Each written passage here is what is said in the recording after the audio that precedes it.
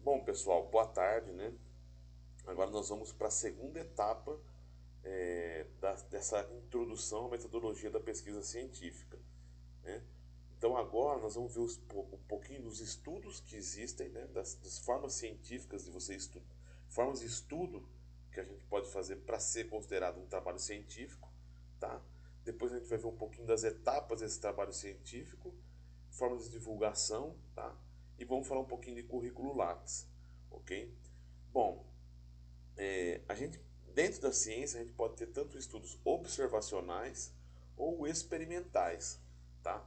Os observacionais, pessoal, são estudos onde estudos científicos onde o pesquisador faz apenas coleta de dados através de observação visual ou normalmente por fotografia, tá? Ou por exemplo, a aplicação de questionários, tá? Então é apenas uma observação de uma determinada população, tá? Um exemplo desse tipo de estudo é quando, por exemplo, os biólogos, né, colocam lá uma câmera fotográfica no meio de uma mata para tirar fotos de população de animais silvestres, por exemplo. Então está ali vendo o comportamento dessas espécies, né, o comportamento do dia a dia dessas espécies, vamos dizer assim, tá?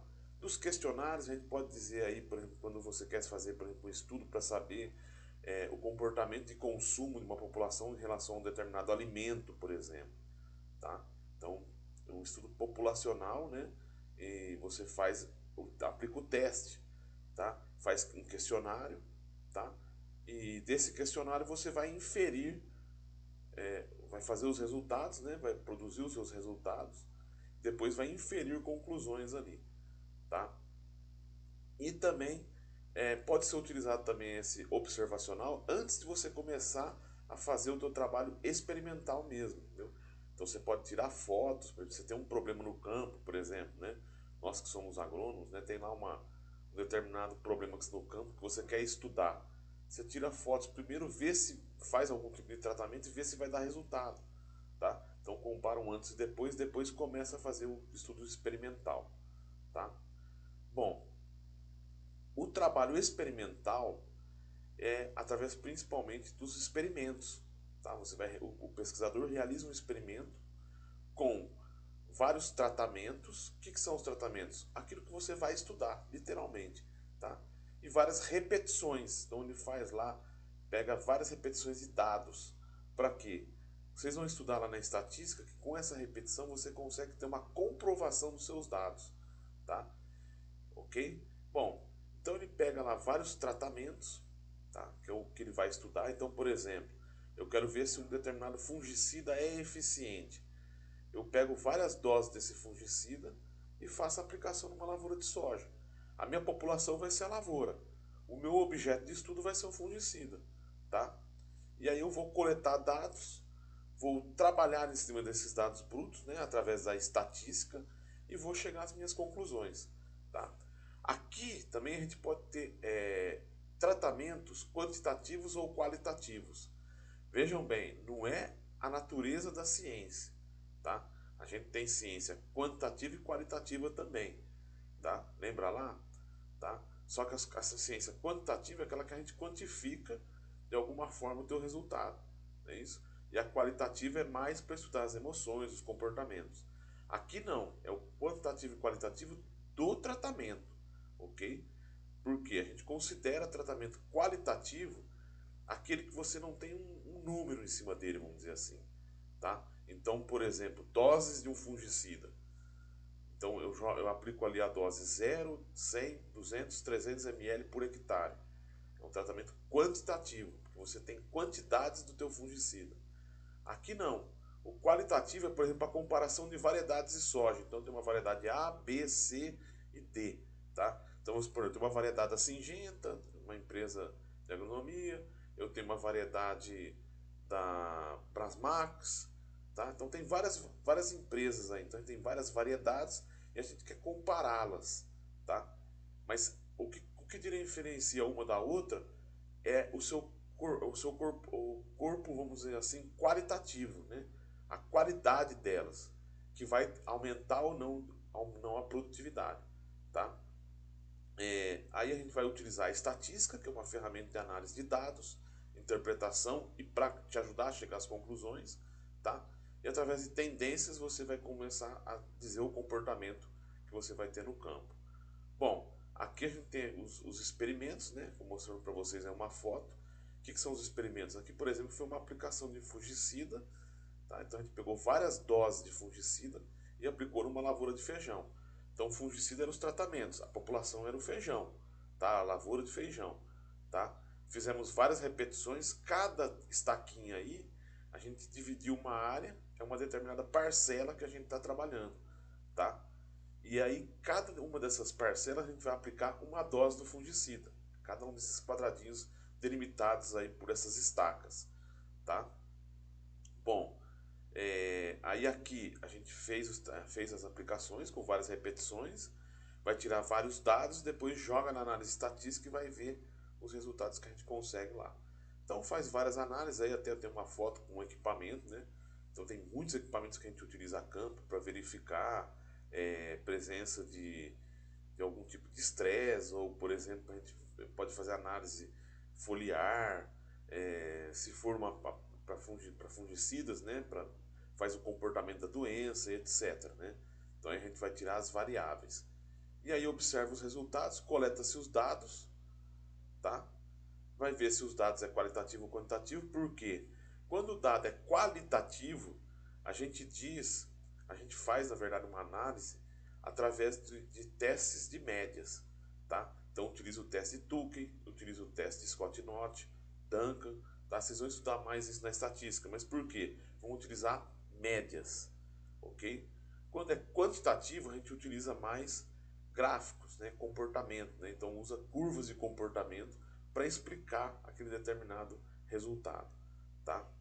Então, faça ali as avaliações, colete os dados, tabula os dados no Excel, alguma coisa assim, roda as análises estatísticas e depois a gente faz os resultados e chega assim às conclusões, tá? Então, o papel da estatística, né? Apresentar os resultados, ressaltando o comportamento dos tratamentos, tá? Os resultados também normalmente são variáveis a campo, né? A gente não tem, por exemplo, se você for avaliar a altura de plantas, você não vai ter sempre uma planta com 2 metros e pronto. Tá? Então, como tem muita variabilidade, a gente tem que lançar a mão desses testes estatísticos, tá? Que vai dar porcentagem de probabilidade. A gente está vendo muito essas probabilidades aí, né? Quem está acompanhando bastante aí a mídia, né? Fala muito assim, a vacina para Covid-19 tem 95% de confiança. O que é isso? 95% de probabilidade que ela dê resultado, tá? Ou seja, que de eficácia, ok? Ou seja, a cada 100 vezes que você aplica, né, num espaço, vamos por assim, bem simplório, né? A cada 100 vezes, 95 vezes ela vai ter eficácia, tá? Mas em 5% dos casos, vamos dizer assim, ou 5 casos, ela pode não responder, tá? Então isso que é a nossa probabilidade, é a confiança que a gente tem aí na vacina. A mesma coisa a gente faz aí para outros testes aí, para agronomia e tudo mais, tá? Então, diante disso, ela faz um levantamento aí, vamos dizer assim, tá? E a estatística vai dar essas probabilidades para nós aí e essa confiança. E a gente vai ter que, diante dessa confiança, a gente acredita na estatística, né, nos dados nossos, e aí a gente vai obter os resultados, tá? Bom, depois que a gente consegue tudo isso, né, faz as análises e tudo, e a gente vai escrever o trabalho, tá? Colocando as nossas impressões como pesquisadores, não são impressões subjetivas, mas totalmente objetivas, né? Verificamos o que vimos no campo, tá? Colocamos os resultados lá, descrevemos os resultados e vamos apresentar os resultados. Então faz essa divulgação. Então pode ser através de seminários, tá? Apresentação em congressos, relatórios, artigos científicos, que é o que nós vamos falar um pouquinho aqui nessa primeira parte da disciplina, livros, capítulos de livros, então fazemos a apresentação desses resultados. E através dessas apresentações é que a nossa pesquisa vai ser aprovada ou não. Eu não sei se vocês viram também, né, durante o período da Covid, né, que está sendo mais expressa a nossa questão científica aí, Muitas vezes, por exemplo, a vacina russa, né, a Sputnik, né? A Sputnik, muita gente chegou a não dar muita credibilidade por essa vacina, por quê? Devido à ausência de resultados publicados. Por quê? Ela quase não tinha resultados publicados. Os dados ainda estavam como dados brutos, ou fizeram análise estatística, mas não tinham apresentado ainda. Quando a gente apresenta os dados num artigo científico, a gente vai estar apresentando esses dados para a comunidade científica. Então você apresenta, né, o artigo, e aí, na verdade, quando você vai fazer a publicação, você vai mandar para uma determinada revista, vários cientistas de renome vão ler esse artigo e vão dar o seu aval. Se está dentro das normas, né, esses dados, ou não. Inclusive observando dados estatísticos, como foi feita essa análise estatística e tudo mais. Por isso que depois que passa por esse crivo, considera-se o trabalho como científico. Ok?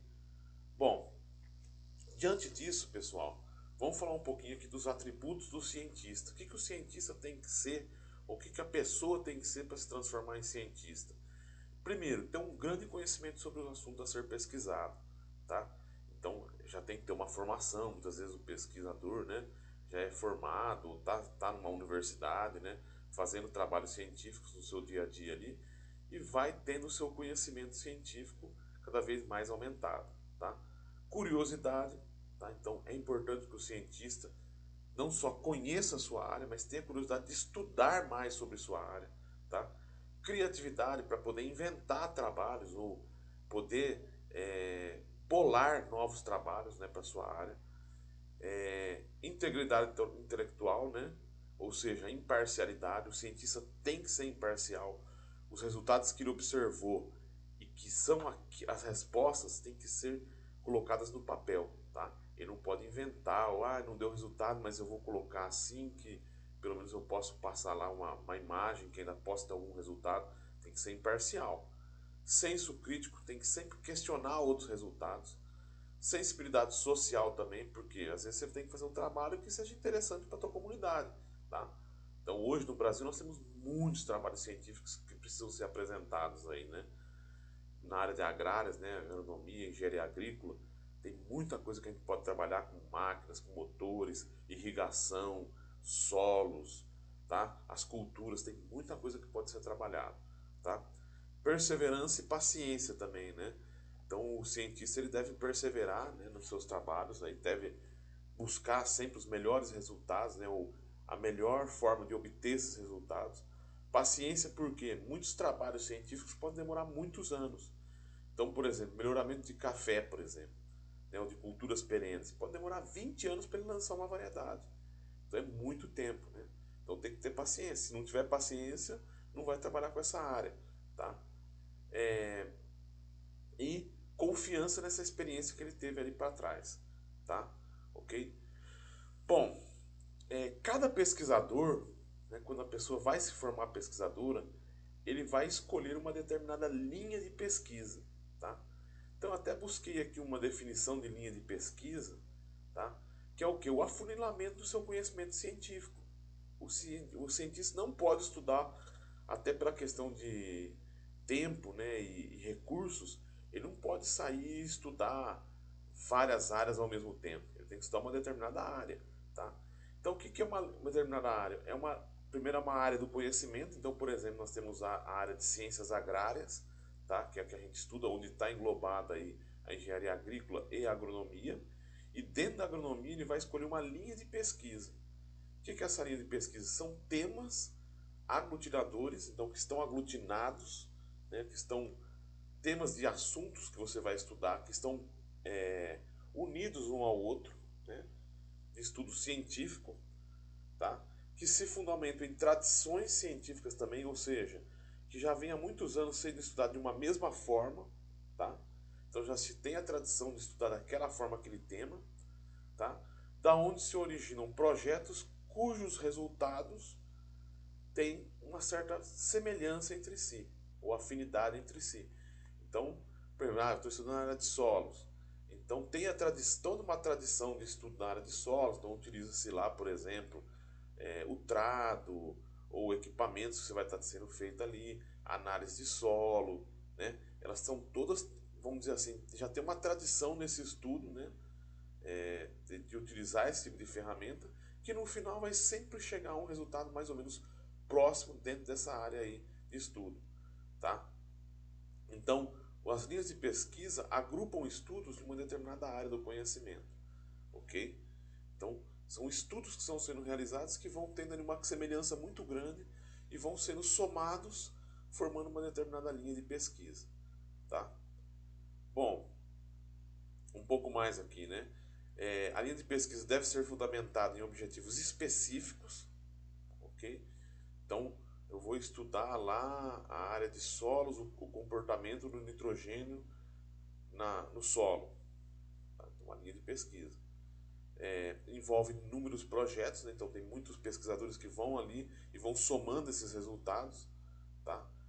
E a linha de pesquisa é aquilo que você escolhe, você faz o projeto dentro dessa linha de pesquisa para fazer o teu experimento e obter resultados, tá? Bom, aqui um pouquinho, pessoal, dentro dessas linhas de pesquisa que a gente falou, né?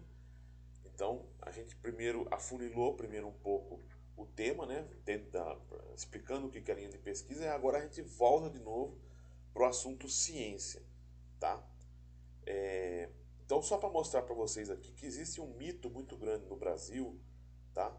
Que a ciência brasileira é quase toda estatal, tá?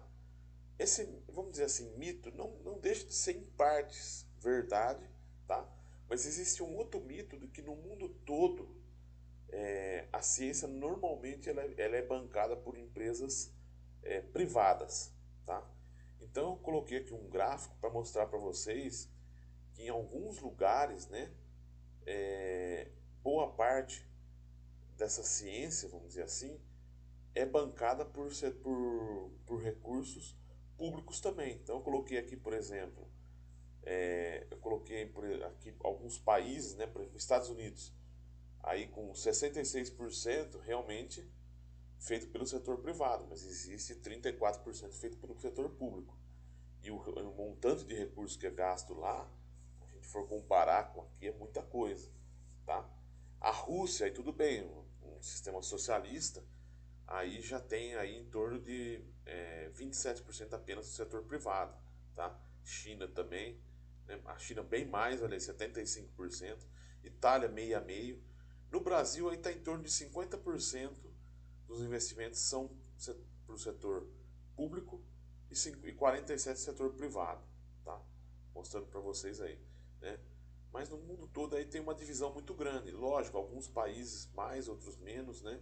Só que a gente também tem que entender um pouquinho, né, desse comportamento, porque a maior parte das sedes das multinacionais estão nesses países aí do hemisfério norte, né? Então, por exemplo, aqui no Brasil, a maior parte das pesquisas são feitas pelo setor estatal, porque muitas vezes as multinacionais vão fazer pesquisas apenas como comprovatórias, né? Para ver se as suas tecnologias funcionam aqui, tá? Mas pesquisas de ponta são feitas lá, tá?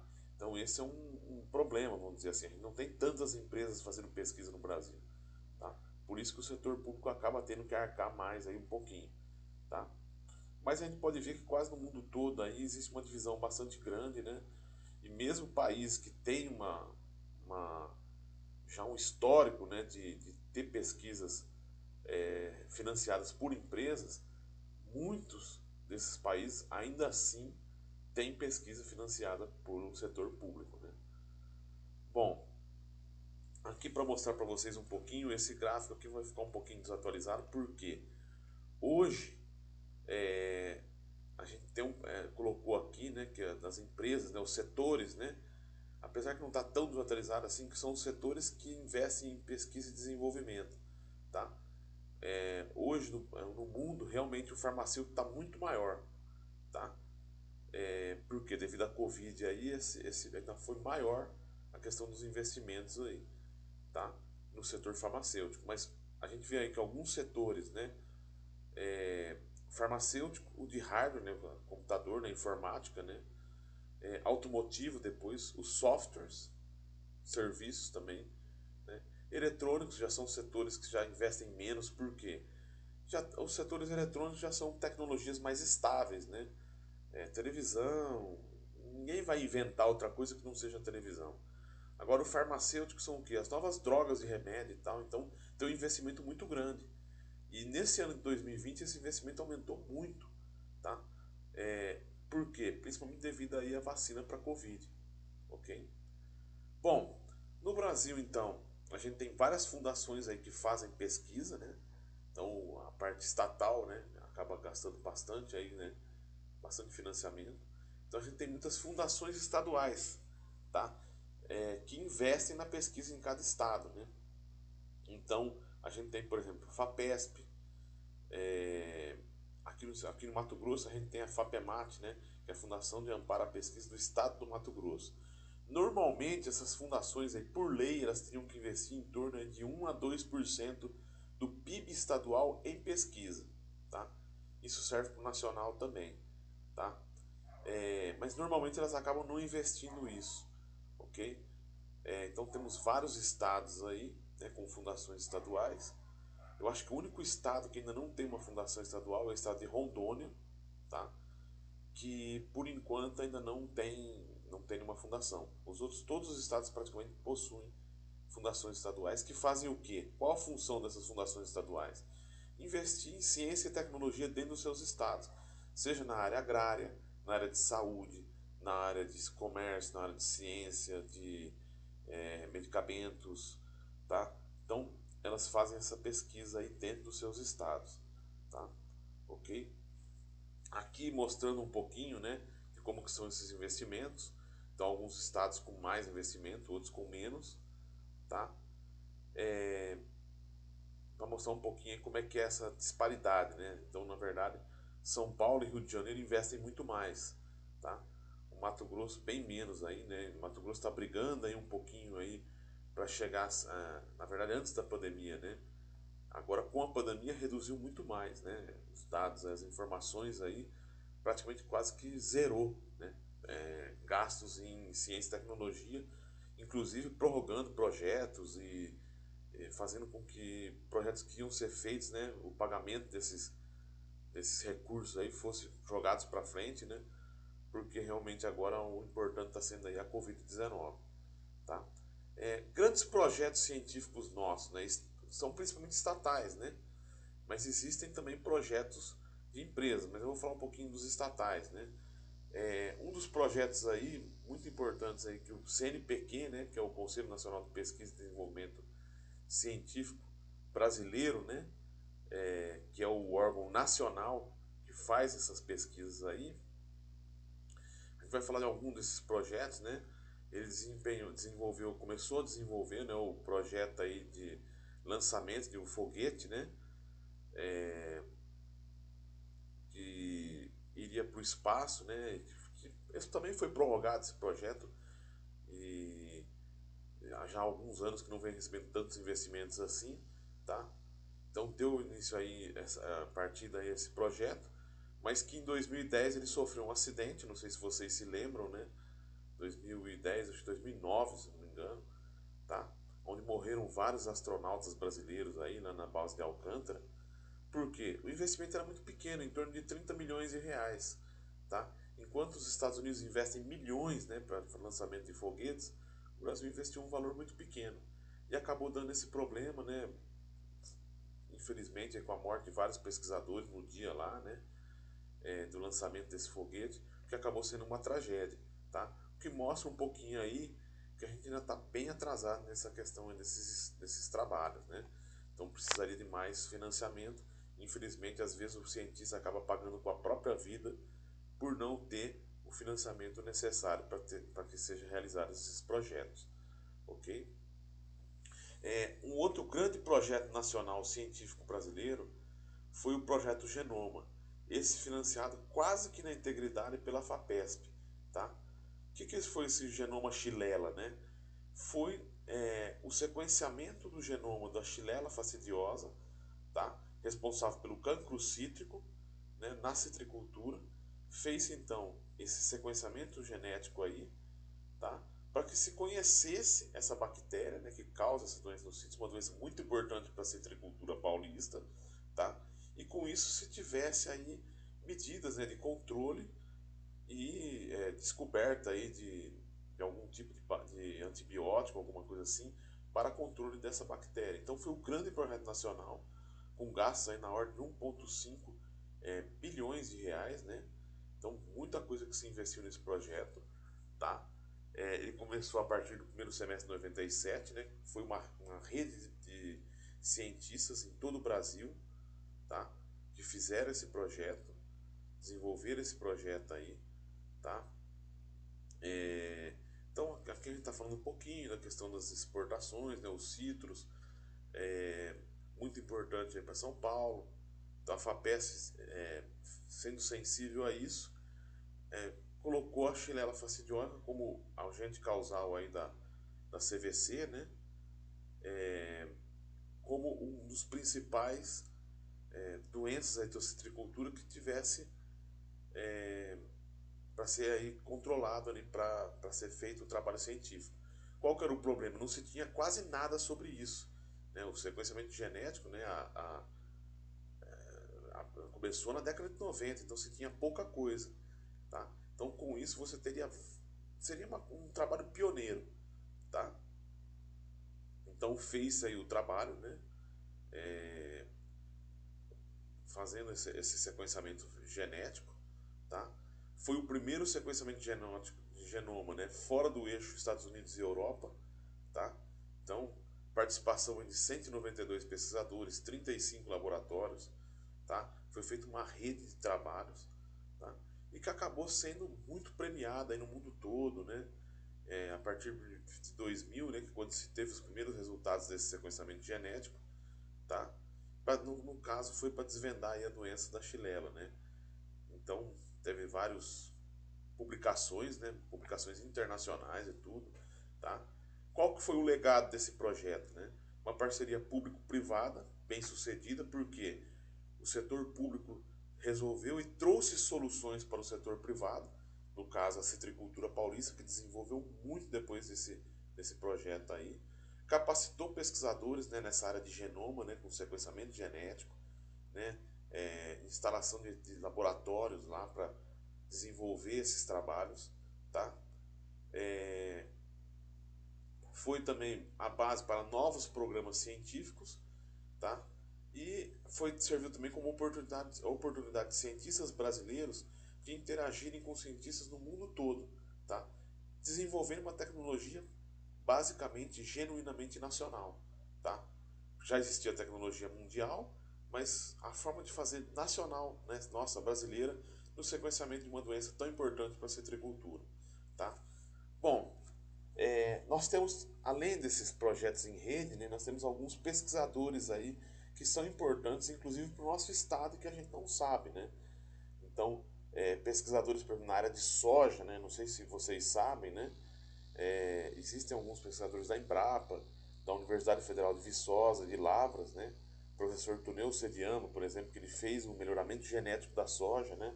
Não sei se vocês sabem, mas a soja só podia ser semeada no extremo sul do Rio Grande do Sul, porque a soja era uma cultura de dias curtos, tá? Então havia um problema muito grande quando a gente semeava a soja no Brasil, tá? Aqui no Centro-Oeste principalmente, porque a soja começava a florescer e tinha produtividades muito baixas, né? Então esses pesquisadores, mesmo que não tinham um programa de melhoramento como foi feito no programa do genoma da Xylella, tá? Mas esses pesquisadores desenvolveram trabalhos, né, em rede também, né, sem tantos recursos assim, tá, para quebrar essa questão aí do comportamento da soja por ser de dias curtos. Então hoje a maior parte das variedades de soja são insensíveis ao fotoperíodo, tá? Por quê? Devido aos trabalhos desses pesquisadores aí, tá? Que desenvolveram aí cultivares insensíveis ao fotoperíodo. Com isso, você pode semear a soja aqui e ela não vai responder ao encurtamento do dia, tá? Então, no Rio Grande do Sul, a gente tem dias mais longos, né, de 14 horas, e tem dias mais curtos. Então, o produtor plantava a soja no verão, né, que tinham dias mais longos, e quando os dias começavam a encurtar, a soja florescia. Como os dias aqui no Mato Grosso são mais pareados, vamos dizer assim, né? São dias de aproximadamente 12 horas. Essa quantidade de horas de dia, né, de luz, já eram suficientes para a soja florescer. Então a soja produzia pouco aqui, tá? Outro trabalho importante, né, eu vou até colocar o vídeo para vocês aí no AVA, né, foram os trabalhos aí de correção do solo, né, principalmente os trabalhos aí de aplicação de calcário, corrigindo, né, o solo, elevando o pH e a saturação de base do solo, né, realizados pelo professor Alfredo Chaide Lopes, né, falecido agora, saudoso professor Alfredo Chaide Lopes, o Alfredão, né, da Universidade Federal de Lavras, que acreditou na semeadura de soja no cerrado, né? Então, na década de 70, 80, quando se falava em produzir soja, milho no cerrado, muita gente falava, não, é loucura, né? É, não deve ser feito isso. Mas aqueles primeiros trabalhos dele foram trabalhos que alavancaram, né? Propiciaram o plantio de soja aqui no cerrado, tá? Então, são dois pesquisadores muito importantes aí para nossa sojicultura, né? Para nossa região, para todo o Centro-Oeste, e que muitos de nós não conhecemos, né? Eu sempre brinco, né, nas aulas, né, que quem foram os fundadores, né, de Sinop não foi lá não foi lá as pessoas que chegaram, né, os pioneiros, né? Quer dizer, eles foram, né?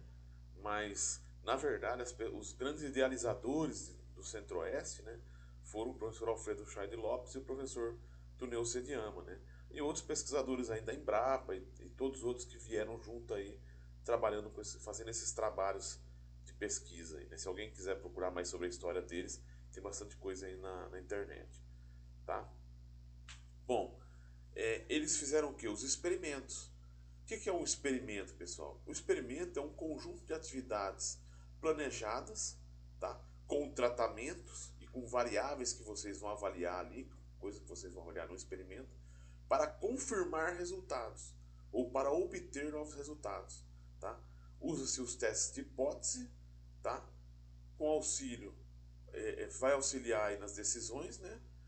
Normalmente os experimentos vão gerar tecnologias, né, e são realizados muitas vezes em estações experimentais, né, dentro de universidades ou dentro de empresas particulares. Tá? Bom, como eu falei para vocês, né, assim como tem a estatística, existem também os estatísticos. O que o estatístico faz? Normalmente eles trabalham com esses dados e trabalham com essas ferramentas, né, matemáticas para obtenção ou para se sobressaltar, né, os resultados de um determinado experimento. Tá? A gente tem o experimentador, que é a pessoa que conduz o experimento, vamos dizer assim. Tá? É importante que esse experimentador evite ao máximo os erros experimentais, ou seja, faça o experimento de forma mais idônea, mais correta e mais precisa possível. Tá? Bom, com isso eu vou encerrar a aula de hoje, né?